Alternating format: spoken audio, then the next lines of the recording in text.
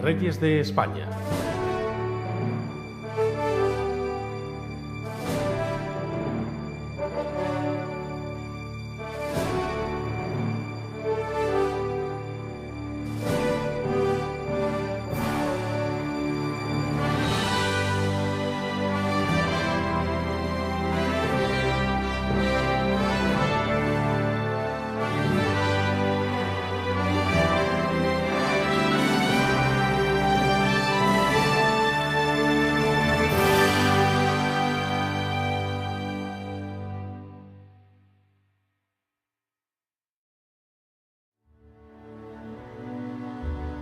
A principios del siglo XIX irrumpió en Europa la figura de Napoleón Bonaparte.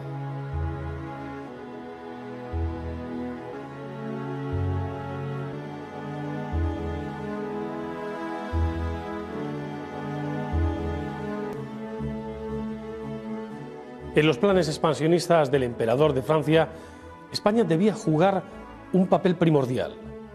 Primero como aliado necesario para oponerse al creciente poderío inglés y posteriormente también como objetivo a anexionar.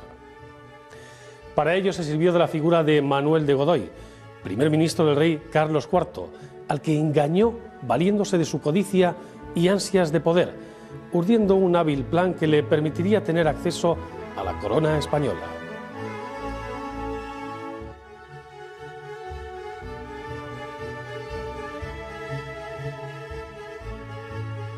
Continuando la política seguida en otros territorios, la corona española, una vez ocupado el territorio, estaba reservada para uno de sus hermanos, José Bonaparte.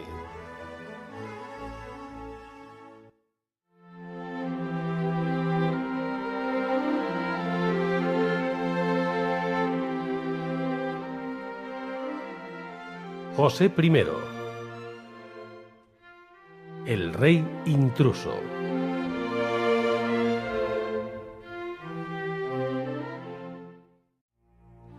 José Bonaparte nace en Corte, un pequeño pueblo de la isla de Córcega, en 1768.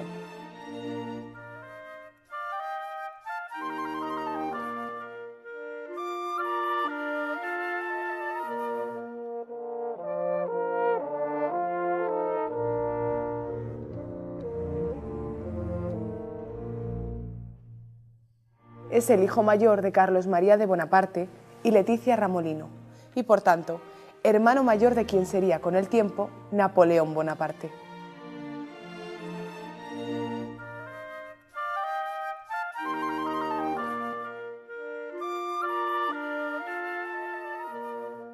Aunque la idea original de sus padres es que José encauce su vida hacia la carrera eclesiástica, pronto abandona el seminario para cursar estudios de Derecho Civil y Canónigo en Pisa. En 1785 muere su padre.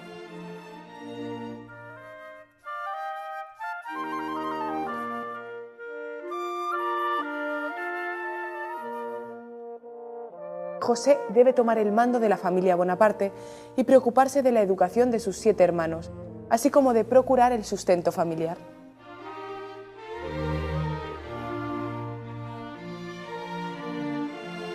En 1788 es elegido presidente de la Asamblea Insular de Córcega y en 1792 representante de la isla en la Asamblea Nacional de París.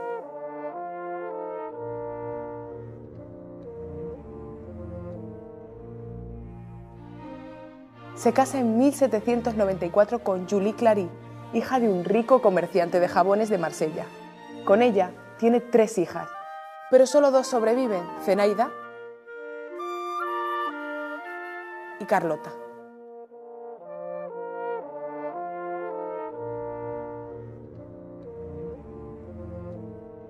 En 1795 se instaura en Francia el llamado Directorio, cuyo poder recae en dos cámaras, el Consejo de Ancianos compuesto por 250 senadores y el Consejo de los 500. Es en esta última donde José empieza a desempeñar sus funciones legislativas. En 1797 es designado embajador de Francia en Italia, donde su hermano consigue hacerse con el cargo de comandante en jefe del ejército francés allí destinado. Un año más tarde, su hermano Napoleón invade Italia.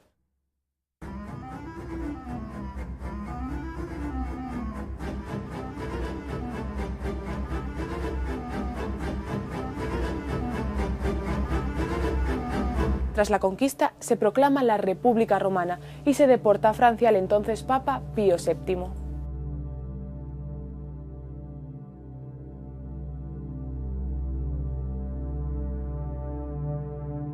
Al año siguiente, y después de haber conseguido el mando del ejército de París, Napoleón da un golpe de mano que supone el fin de la etapa del Directorio y se nombra a sí mismo primer cónsul de la República por un periodo de 10 años.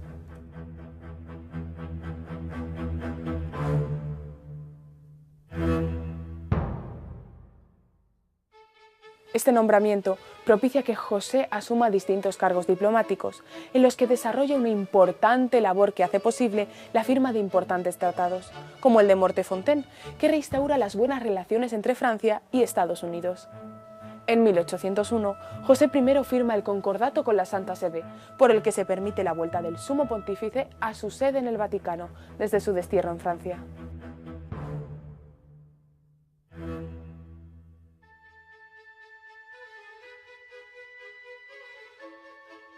Un año después, firma con Gran Bretaña la Paz de Amiens, por la que se reconoce el derecho a la expansión de los ejércitos franceses por Europa.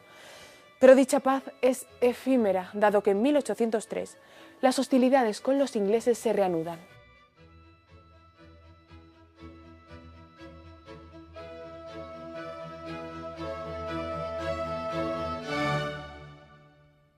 Tras la ruptura por parte de Inglaterra de los acuerdos logrados en la Paz de Amiens, esta forma junto con Austria, Rusia y Nápoles la llamada Tercera Coalición.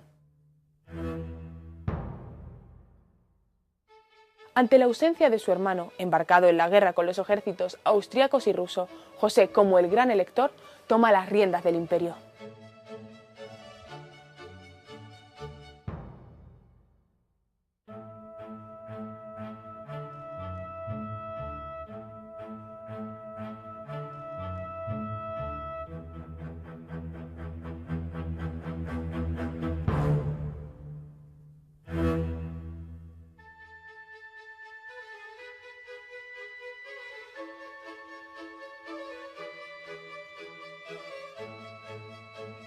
El 2 de octubre de 1804, Napoleón se autoproclama emperador de Francia en la Catedral de Notre-Dame de París.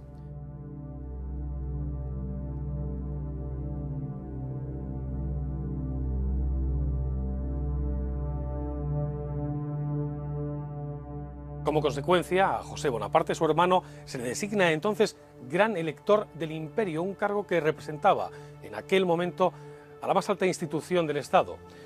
Pero lo cierto es que las verdaderas aspiraciones políticas de José pasaban por ser el heredero de su hermano, ya que éste no tenía descendencia, y José, apelando entonces a la tradición corsa en la que el hermano mayor es el heredero natural, confiaba en suceder al emperador en el caso de que éste desapareciera.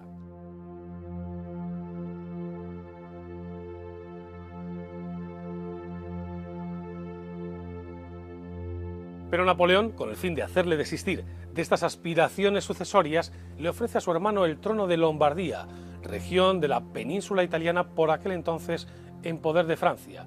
Sin embargo, José no considera realmente adecuado este ofrecimiento y finalmente no lo acepta.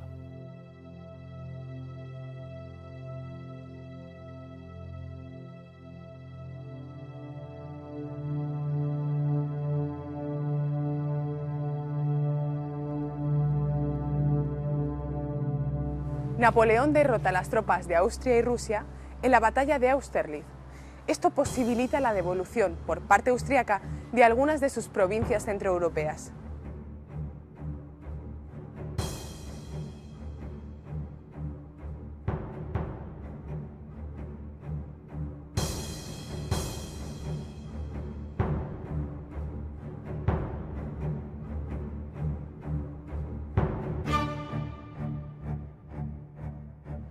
El progreso de Napoleón por Europa es imparable, y a medida que va conquistando nuevos territorios, este otorga a sus hermanos el gobierno de los distintos países, con el fin de asegurar su estabilidad y su lealtad.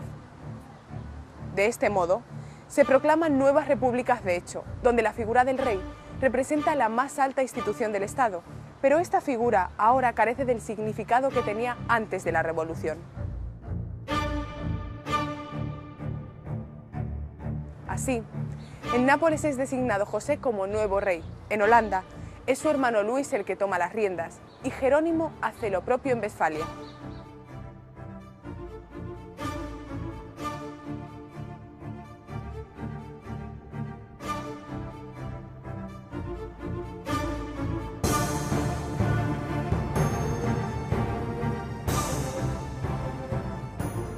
Nápoles está gobernado por Fernando IV, hijo del rey Carlos III de España y su esposa María Carolina, que profesa un profundo odio hacia Francia, como consecuencia del ajusticiamiento de su hermana María Antonieta, esposa de Luis XVI.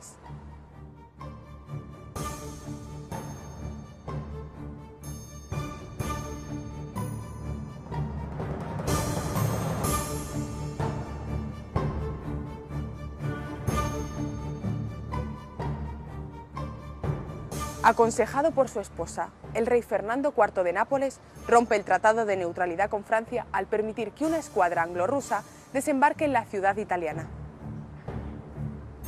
Enterado Napoleón, manda al duque de Rivoli al mando de un ejército para tomar la plaza.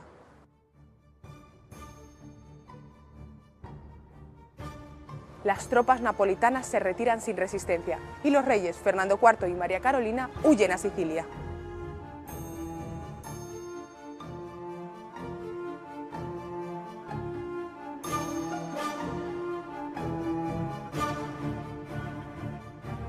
En 1806 se produce el nombramiento de José como rey de Nápoles.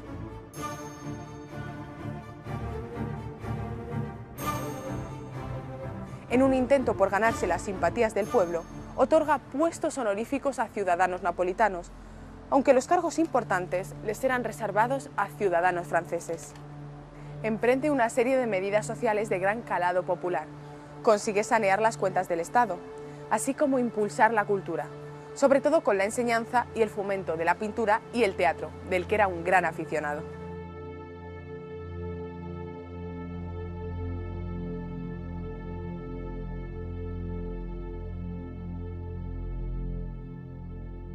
Pero la reina María Carolina, desde su exilio siciliano, no ceja en su empeño y en unión del clero, enojado con José al haber vendido varias propiedades de la iglesia, alientan una revuelta en la región de Calabria.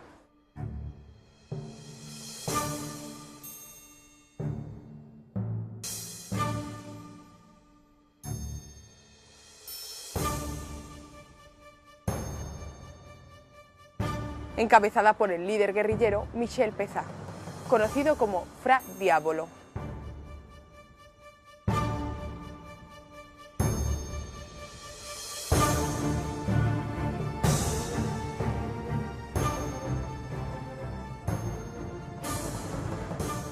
Napoleón mandó a su ejército a la zona, sofocando rápidamente la rebelión y ejerciendo una brutal represión.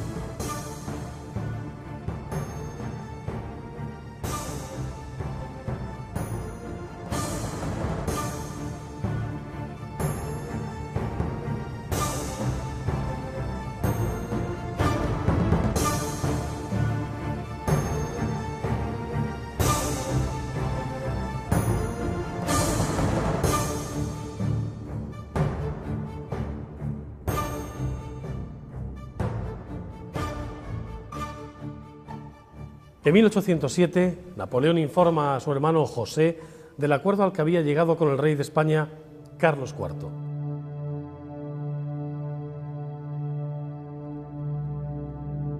Este convenio permitía el paso de las tropas francesas en su camino hacia Portugal, encubriendo en realidad los auténticos planes del emperador, que no eran otros que la invasión de España y la abolición de la dinastía borbónica.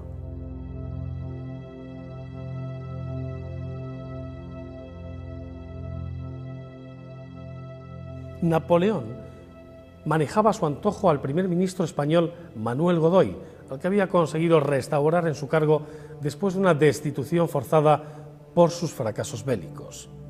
Como primera medida, había forzado a Godoy a declarar la guerra a Portugal, la conocida Guerra de las Naranjas, en castigo a la negativa del país luso a adherirse al bloqueo contra Gran Bretaña. El 27 de octubre de 1807, Godoy firmaría con Francia el Tratado de Fontainebleau, donde se autorizaba el paso del ejército de Napoleón en su camino a Portugal.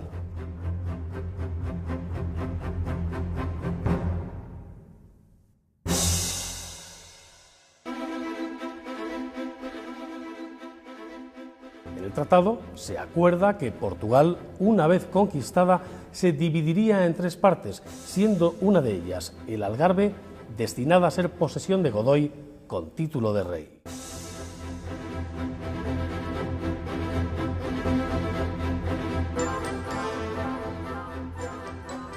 El mariscal Murat entra en 1808 por Cataluña, ocupando las principales plazas de la región.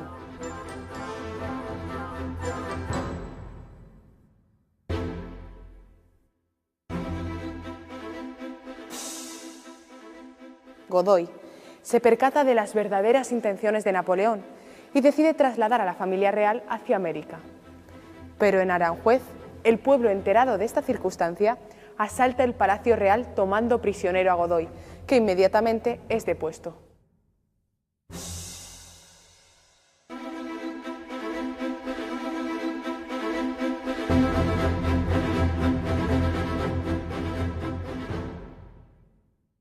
Al mismo tiempo, Carlos IV es obligado a abdicar en favor de su hijo Fernando, quien ha sido el verdadero instigador del motín de Aranjuez y el delator ante los franceses de los propósitos de Godoy. Carlos IV pide ayuda a Napoleón para que le sea restituida la corona, y éste accede. Ordena entonces a Fernando VII y a la familia real que se presenten ante él en Bayona. En la ciudad francesa y forzado por Napoleón, Fernando VII accede a abdicar y restituir la corona a su padre, Carlos IV.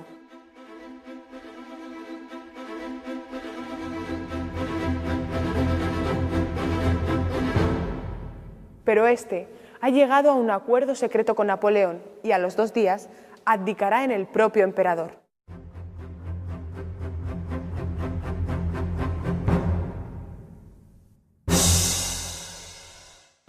Enterado de hechos tan innobles, el pueblo de Madrid se rebela contra las tropas francesas, acuarteladas en la capital bajo el mando del mariscal Murat.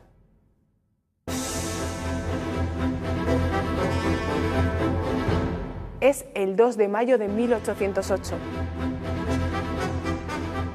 La Guerra de la Independencia ha comenzado.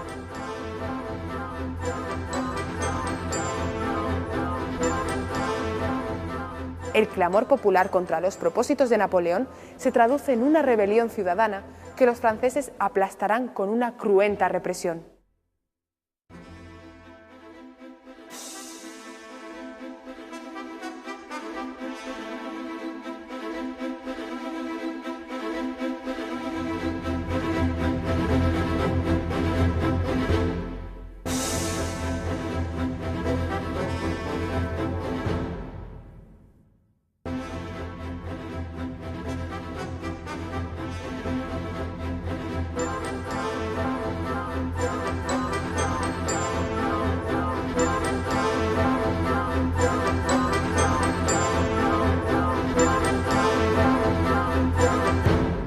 El 6 de junio de 1808, Napoleón hace público el nombramiento de su hermano José como nuevo rey de España, con el nombre de José I.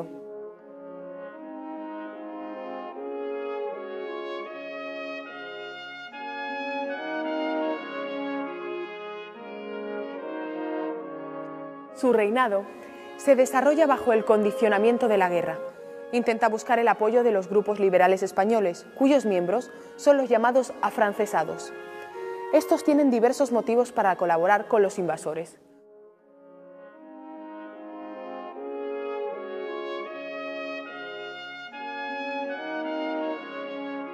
Unos piensan que es mejor una mala paz que una buena guerra. Otros, sin embargo, opinan que la instauración de un nuevo régimen será la prolongación del despotismo ilustrado del siglo XVIII. José I intenta atraerlos hacia el gobierno, promulgando el Estatuto de Bayona, el 8 de julio de 1808.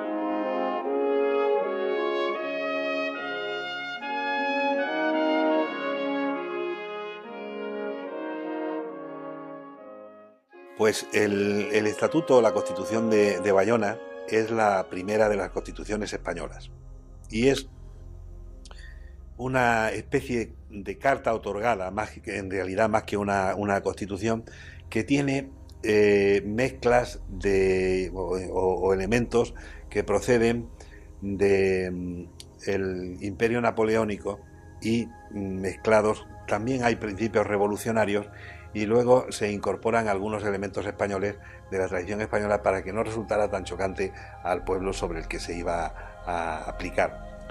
Es un texto que declara a España una monarquía, está presentado en tono moderado, hay una gran consideración hacia lo que es el catolicismo como religión, aunque luego se va a desencadenar un ataque bastante directo al clero, a la dimensión, digamos, humana de la Iglesia, y en esa estructura el poder lo tiene el rey, José I, que se asesora en el gobierno con 11 secretarías o ministerios.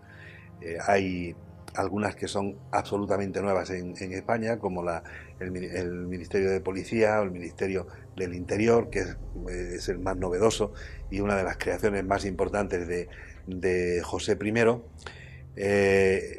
Hay algunas instituciones que no llegaron a funcionar nunca por las circunstancias de la guerra, como el Senado o las Cortes. Las Cortes, por ejemplo, se convocaron en 3 ocasiones y en ninguna de ellas se reunió.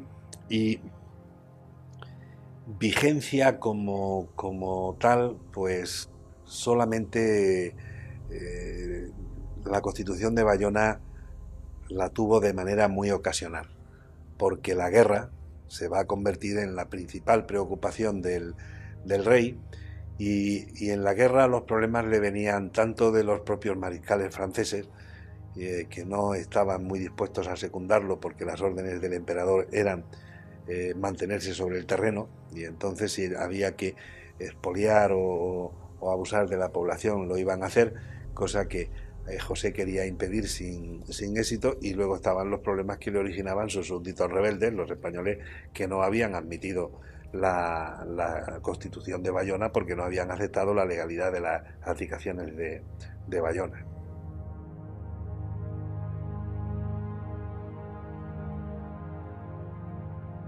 En proyecto toda una Constitución, por la que se define a España como una monarquía hereditaria. En ella, el rey ocuparía el centro del poder político, pero con la obligación de respetar los derechos de los ciudadanos, definidos en el propio texto del Estatuto.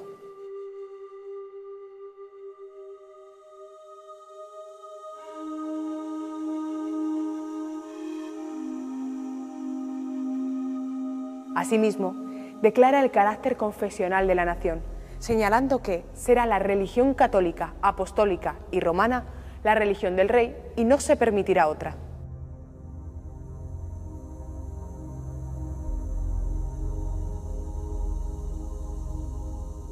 La partida más importante del Estatuto de Bayona quizás sea lo que proclama la independencia del Poder Judicial, pese a que es prerrogativa del rey el nombramiento de los jueces.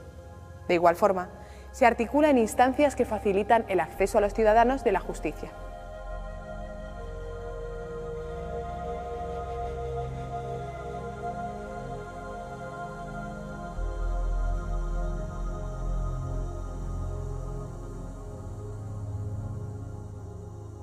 El Estatuto de Bayona fue un intento de ganarse no solo a los afrancesados, sino a la población española, a grandes capas de la población española.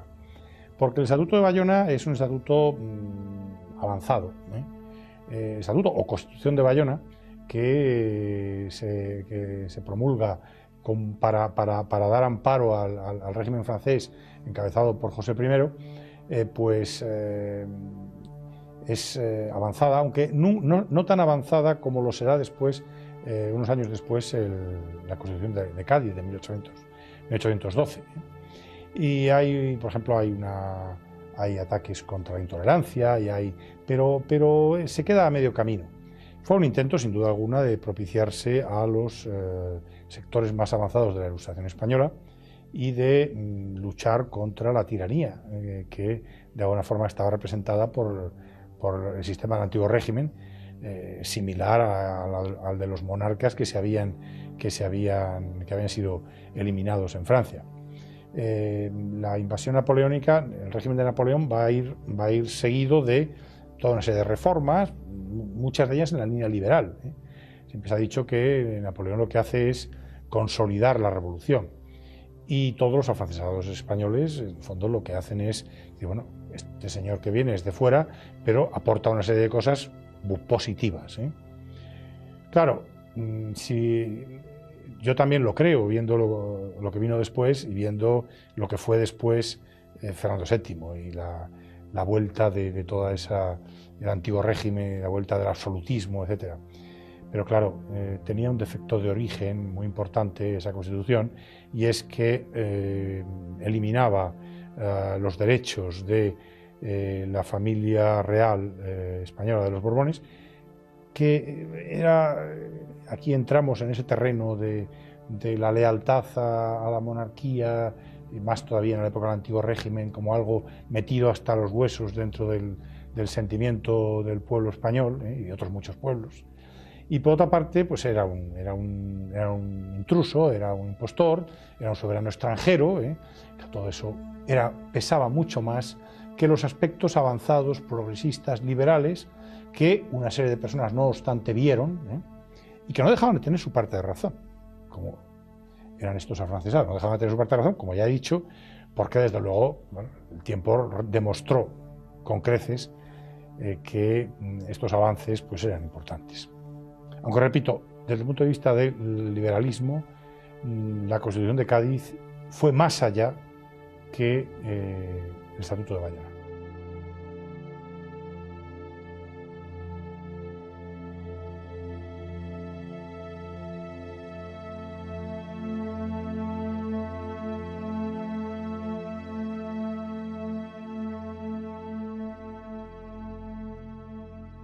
Enterado de la derrota francesa en la batalla de Bailén, José I opta por huir de Madrid.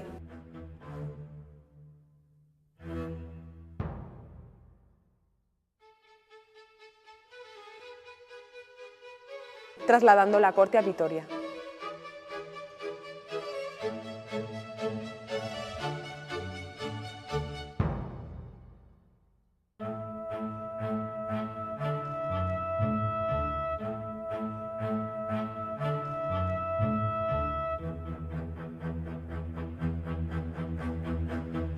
Pero Napoleón se presenta en España al frente de la Grande Armée, y después de infligir una severa derrota al ejército español en la batalla de Somosierra, entra nuevamente en Madrid.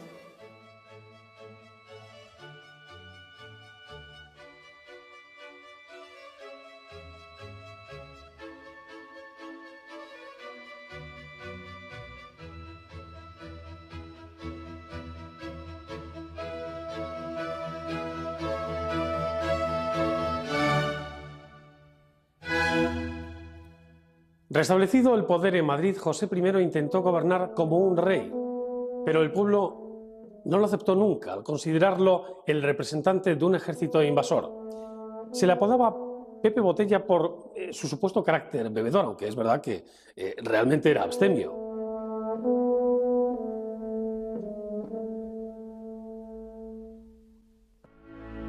También era conocido como Pepe Plazuelas por su afición a derribar iglesias y conventos en la capital para construir plazas. La más importante, por cierto, es la Plaza de Oriente de Madrid, un auténtico empeño personal suyo.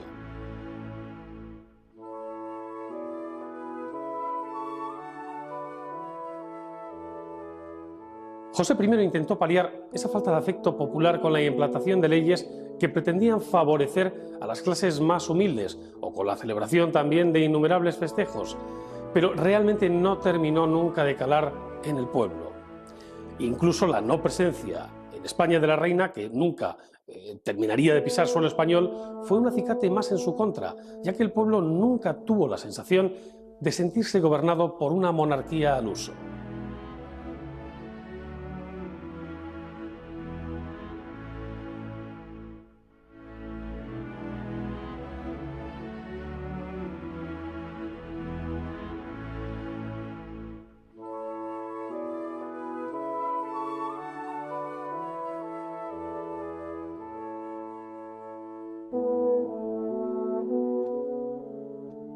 En 1810, José I se pone al frente del ejército, participando activamente en la campaña de Andalucía.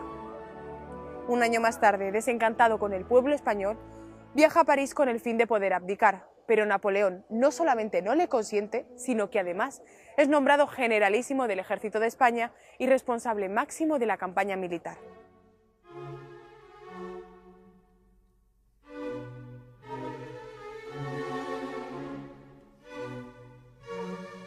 En 1812 se establecen las llamadas Cortes de Cádiz, promulgadas por las juntas regionales y de defensa, que se crean durante la invasión.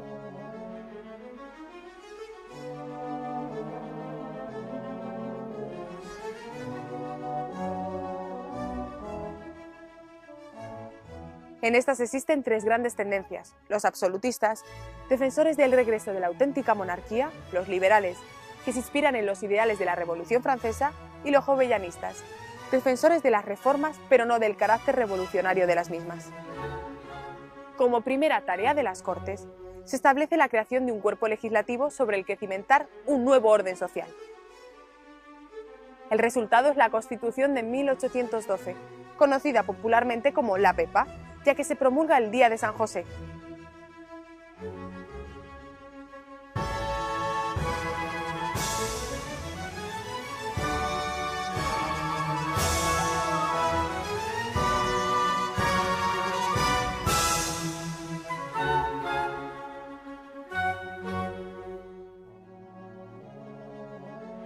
El principal lema de la Constitución de 1812 es la soberanía nacional, con la monarquía como forma visible de gobierno, estableciendo la división de poderes, ya que tanto el rey como las Cortes tienen la facultad de elaborar leyes de forma conjunta.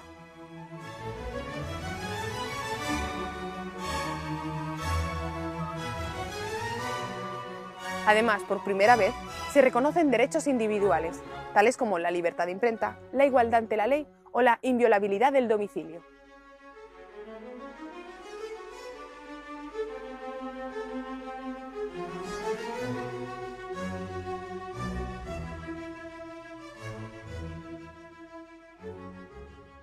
José I intenta conseguir un acuerdo con las nuevas Cortes, pero fracasa, ya que la representación de la burguesía en las mismas no acepta al rey invasor y propugna la vuelta de Fernando VII, al que considera único monarca legítimo.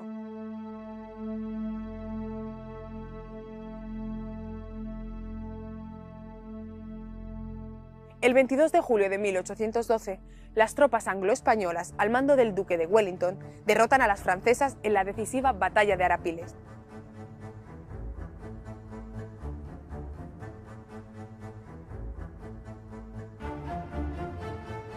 Las Cortes españolas nombran al militar inglés general en jefe de las fuerzas conjuntas, concediéndole el título de Duque de Ciudad de Rodrigo.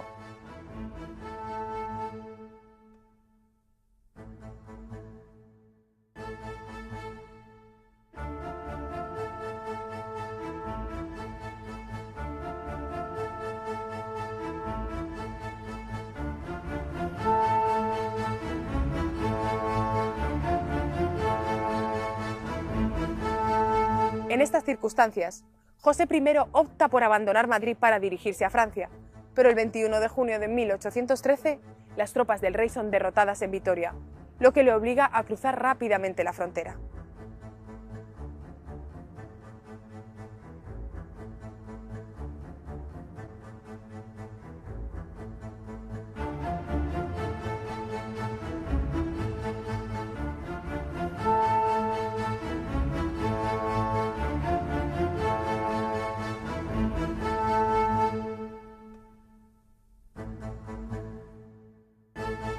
En diciembre del mismo año se firma el Tratado de Valencé, por el que Napoleón finalmente reconoce a Fernando VII como legítimo rey de España.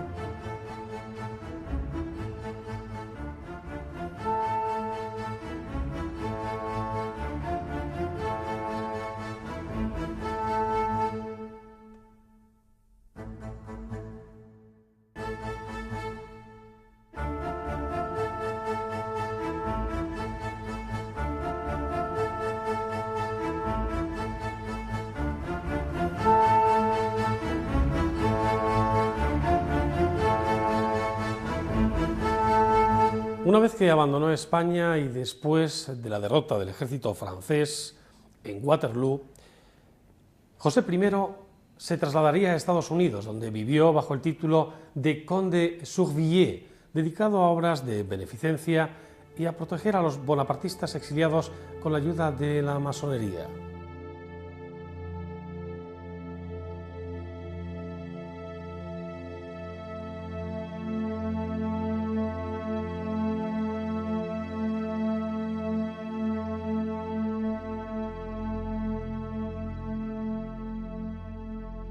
Su mujer, sin embargo, se quedó en Francia al cuidado de sus hijas, mientras él tenía una relación con Annette Sauvage, que, como curiosidad diremos, que era descendiente de la famosa india Pocahontas, con la que tendría 2 hijas. En 1841 consiguió el permiso para retornar a Europa y se trasladó a vivir a Italia, junto a su legítima esposa.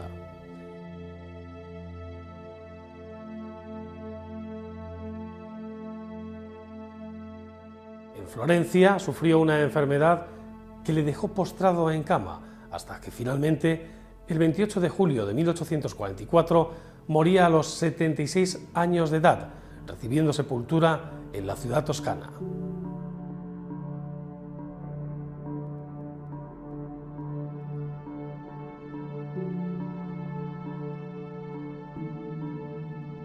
Su sobrino, Napoleón III, ordenó el traslado de sus restos a París, donde actualmente reposan en el Palacio de los Inválidos, junto a los de su hermano, el emperador.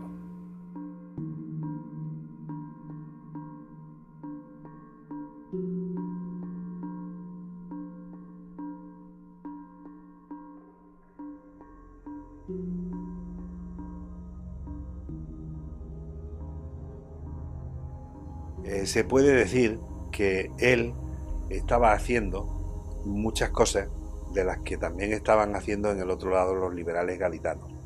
Entonces hay una serie de medidas que son muy parecidas, entre otras pues esta política anticlerical a la que antes me refería. Pero por lo demás, pues poca cosa dejó José. Quizás lo más significativo de su reinado sea para Madrid, porque si Carlos III dicen que es el primer alcalde de Madrid, pues yo creo que el único que le podría disputar ese título, no disputárselo, pero vamos, el segundo mejor alcalde de Madrid sería José I, al que se le conoce sobre todo como Pepe Botella, pero los madrileños le llamaban José Plazuelas, porque llevó a cabo una serie de reformas urbanísticas de las que quedan testimonios muy claros, como es por ejemplo la Plaza de Oriente. La Plaza de Oriente era un dédalo de callejuelas que decide eliminar y crear un espacio abierto delante del Palacio Real, que es el que podemos disfrutar hoy día. Ahí estaba situada la Biblioteca Nacional y la trasladó, se la llevó a uno de los conventos desamortizados, el de los Trinitarios, y también creó la Bolsa, que empezó a funcionar hacia 1910, 1911, y cuando se marcha, pues se detuvo. Los cementerios, que eran una asignatura pendiente en la administración española desde finales del siglo XVIII, cuando se consideró que ya no se debía seguir enterrando a los cadáveres en las iglesias, ni en el entorno de las iglesias, sino en recintos especiales, pues se creó una comisión en la Academia de la Historia, presidida nada menos que por Jovellanos. No consiguió la remodelación ni resolver el problema de los cementerios en Madrid, hasta que llegó José I, que proyectó 3, y de los 3 consiguió que empezaran a funcionar 2. Entonces es una figura que, si hubiera tenido otras circunstancias con más opciones, pues a lo mejor estaríamos hablando de uno de los reyes con una buena ejecutoria en la historia de España. Pero claro, esto que yo estoy diciendo son meras conjeturas. José I estuvo en realidad desde principios de 1809, en que llega por segunda vez aquí a Madrid, hasta la primavera de 1813, y en ese tiempo, con la guerra como fondo y con la mayoría de la población española sublevada en su contra, pues pocas opciones tuvo.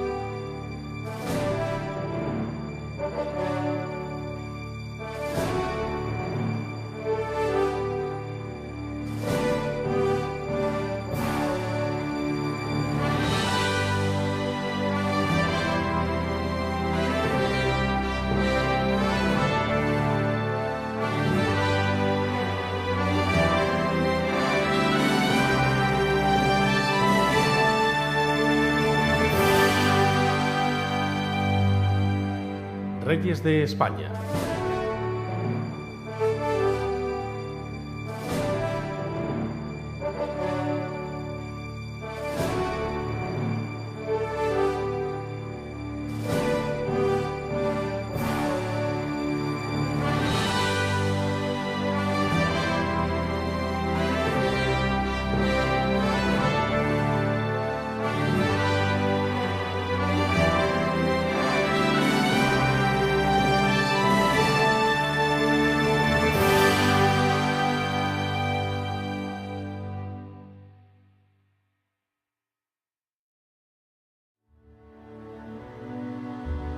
A principios del siglo XIX irrumpió en Europa la figura de Napoleón Bonaparte.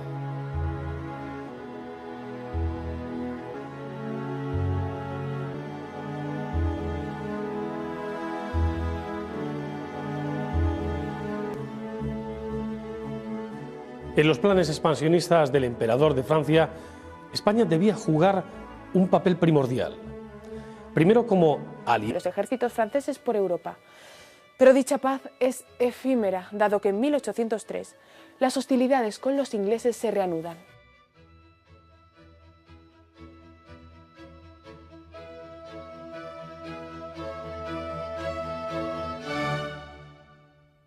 Tras la ruptura por parte de Inglaterra de los acuerdos logrados en la paz de Amiens, esta forma junto con Austria, Rusia y Nápoles la llamada Tercera Coalición. Ante la ausencia de su hermano, embarcado en la guerra con los ejércitos austriacos y ruso, José, como el gran elector, toma las riendas del imperio.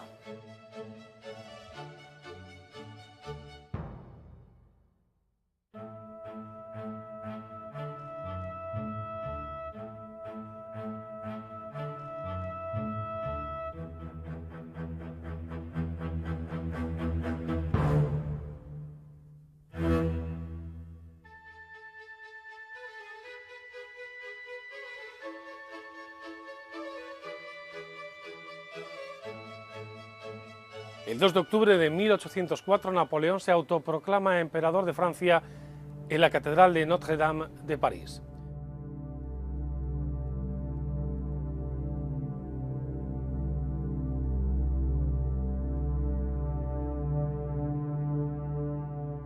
Como consecuencia, a José Bonaparte, su hermano, se le designa entonces gran elector del imperio, un cargo que representaba en aquel momento a la más alta institución del Estado.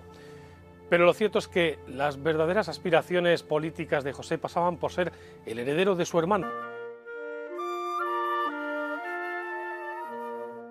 Aunque la idea original de sus padres es que José encauce su vida hacia la carrera eclesiástica, pronto abandona el seminario para cursar estudios de Derecho Civil y Canónigo en Pisa. En 1785 muere su padre.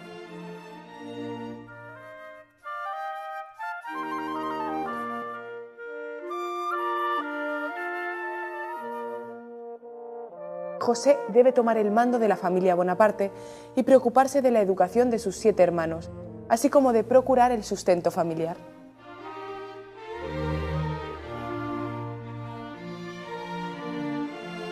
En 1788 es elegido presidente de la Asamblea Insular de Córcega y en 1792 representante de la isla en la Asamblea Nacional de París.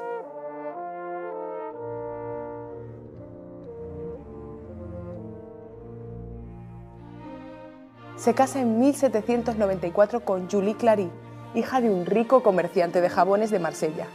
Con ella tiene 3 hijas, pero solo 2 sobreviven, Zenaida y Carlota.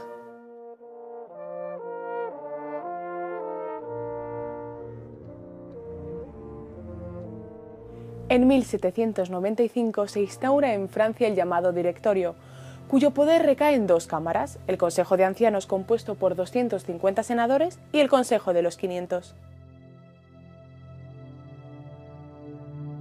Es en esta última donde José empieza a desempeñar sus funciones legislativas. Aliado necesario para oponerse al creciente poderío inglés y posteriormente también como objetivo a anexionar.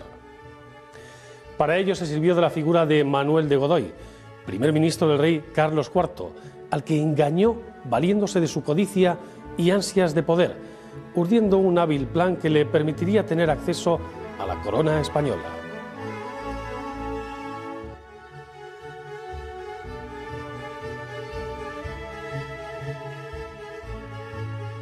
Continuando la política seguida en otros territorios, la corona española, una vez ocupado el territorio, estaba reservada para uno de sus hermanos, José Bonaparte.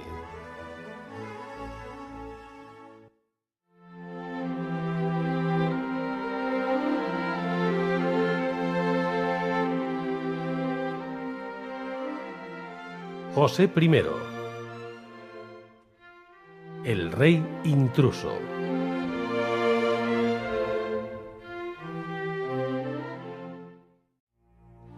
José Bonaparte nace en Corte, un pequeño pueblo de la isla de Córcega, en 1768.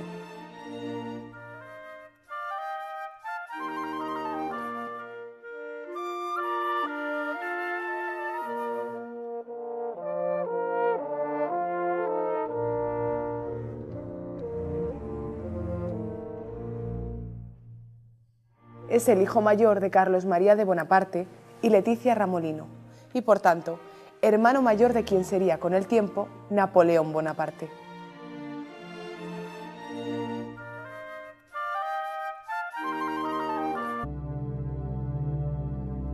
En 1797 es designado embajador de Francia en Italia, donde su hermano consigue hacerse con el cargo de comandante en jefe del ejército francés allí destinado.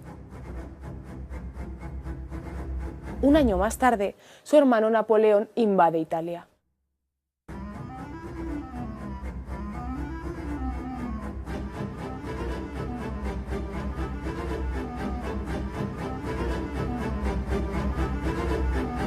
Tras la conquista, se proclama la República Romana y se deporta a Francia al entonces Papa Pío VII.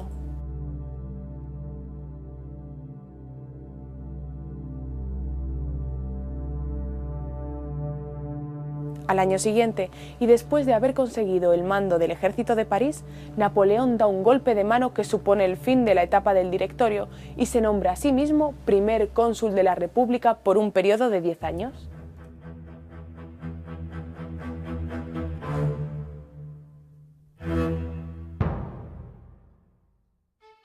Este nombramiento propicia que José asuma distintos cargos diplomáticos, en los que desarrolla una importante labor que hace posible la firma de importantes tratados, como el de Mortefontaine, que restaura las buenas relaciones entre Francia y Estados Unidos.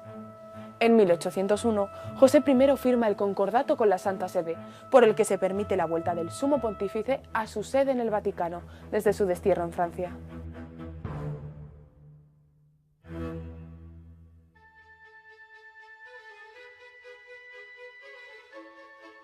Un año después, firma con Gran Bretaña la Paz de Amiens, por la que se reconoce el derecho a la expansión de